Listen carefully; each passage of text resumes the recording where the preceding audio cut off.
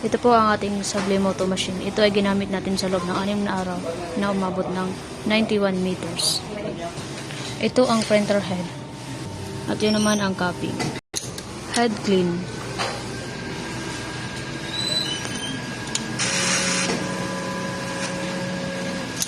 Nozzle check.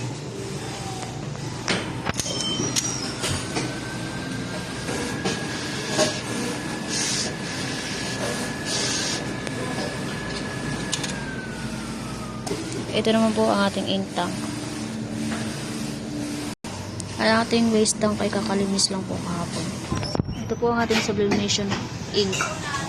Use at unused. AVR. At ito naman po ang ating Subli-Roll. Ito naman po ang ating ink.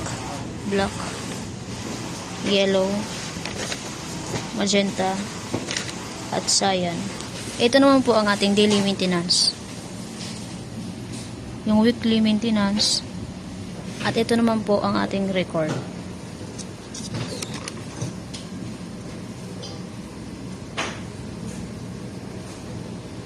Thank you.